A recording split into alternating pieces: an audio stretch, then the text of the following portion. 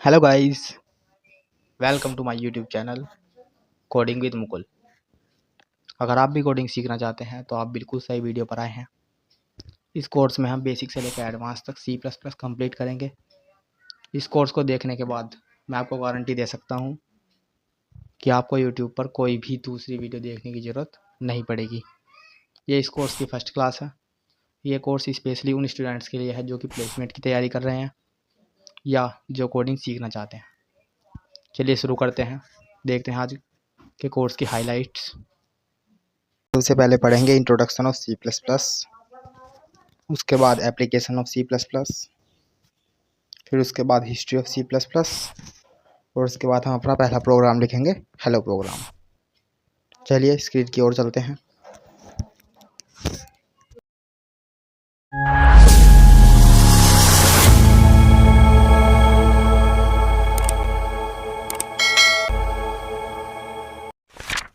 Language के बारे में बात करें, बेसिकली सी प्लस प्लस एक क्रॉस प्लेटफॉर्म लैंग्वेज है जिसका यूज़ हम हाई परफॉर्मेंस एप्लीकेशन के लिए करते हैं। अगर हमें कोई भी हाई परफॉर्मेंस एप्लीकेशन बनाना है तो हम सी प्लस प्लस लैंग्वेज का यूज़ करते हैं, क्योंकि ये फास्ट है, पोर्टेबल है, ऑल प्लेटफॉर्म पर अवेलेबल होती है। उसके बाद सी प्लस प्लस को हमने सी लैंग्वेज को हमने एक्सटेंशन करने के लिए सी प्लस प्लस का डेवलप किया गया था। बेसिकली सी प्लस प्लस एक ऑब्जेक्ट ओरिएंटेड प्रोग्रामिंग लैंग्वेज है। इसका मतलब आप आगे समझेंगे, इसे हम उप्स प्रोग्रामिंग बोलते हैं। सी प्लस प्लस प्रोग्रामर्स को हाई लेवल कंट्रोल प्रोवाइड करता है। अगर आप बात करेंगे कि पाइथन और जावा के मुकाबले ये थोड़ी हार्ड है सीखने में, क्योंकि पाइथन और जावा सी प्लस प्लस से थोड़ी ईजी हैं। उसके बाद हम इसकी हिस्ट्री के बारे में बात करें तो बेसिकली सी प्लस प्लस को जो डेवलप करा था वो बेजार्नी स्ट्रप ने डेवलप करा था एट 1979 एट बेल लैबोरेटरीज में, जो कि लोकेटेड है हमारे यूएसए में। बेसिकली सी प्लस प्लस को हमें सी लैंग्वेज में डिफ़िकल्टी आई, उसे कम करने के लिए हमने सी प्लस प्लस लैंग्वेज को इंट्रोड्यूस करा। देखते हैं आगे क्या है। इसकी जो स्पीड है वो जावा और पाइथन के मुकाबले काफ़ी तेज़ है, क्योंकि ये कंपाइलर बेस लैंग्वेज है। अगर इसमें इसकी पोर्टेबिलिटी की बात करें तो जो हम सी प्लस प्लस में प्रोग्राम लिखते हैं वो हम सभी मशीन में लिख सकते हैं।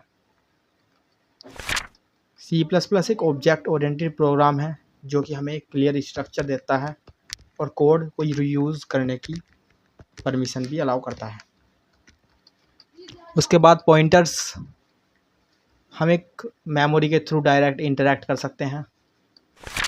कुछ ड्रॉबैक्स हैं इसके कि हम सी प्लस प्लस के थ्रू एक बड़े प्रोग्राम को रन नहीं कर सकते, काफ़ी कॉम्प्लेक्सिटी है इसमें।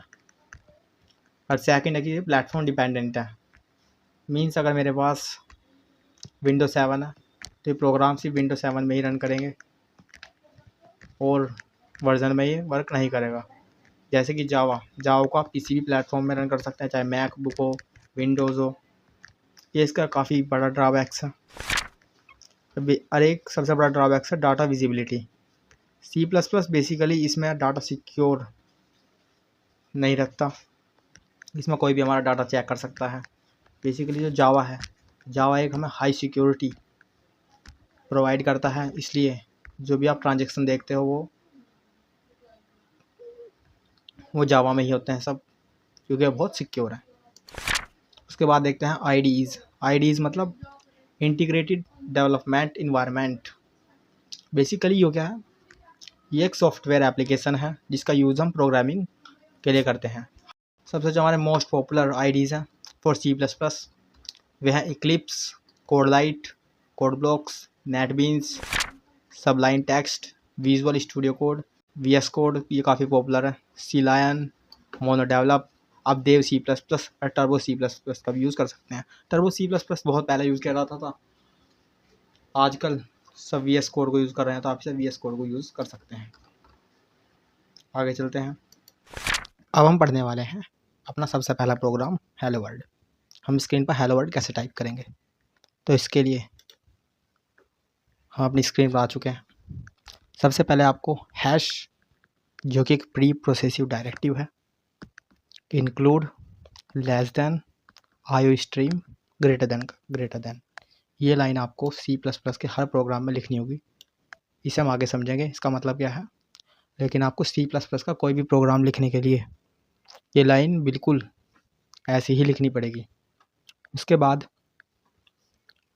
हम एक वेरिएबल यूज़ करते हैं। यहाँ पर इंटीजर इंट एक वेरिएबल यूज़ हुआ है।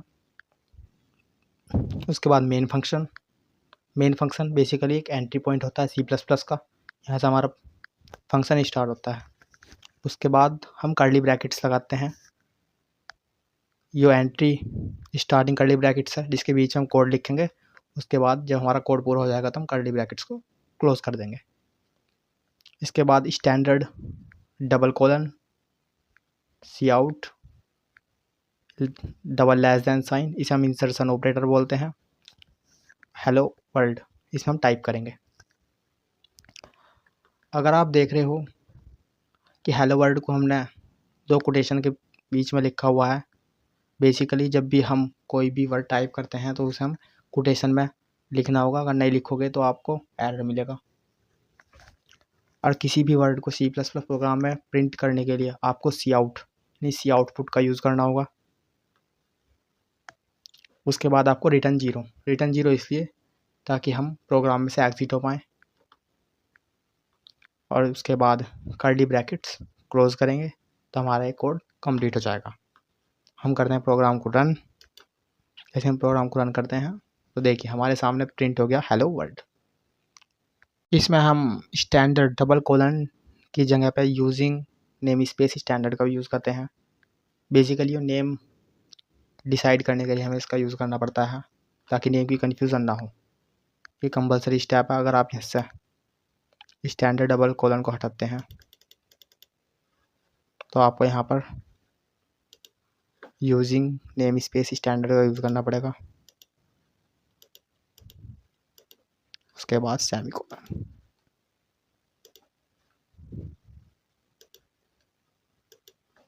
करते हैं प्रोग्राम को रन। यहाँ प्रोग्राम रन हो रहा है। देखिए हेलो वर्ल्ड हमारा प्रिंट होकर आ गया। मतलब समझते हैं कि इसमें हैश इंक्लूड क्या है, आईओ स्ट्रीम क्या है, मेन फंक्शन क्या होता है, और इसमें रिटर्न टाइप 0 और एक कर्ली ब्रैकेट्स के बारे में।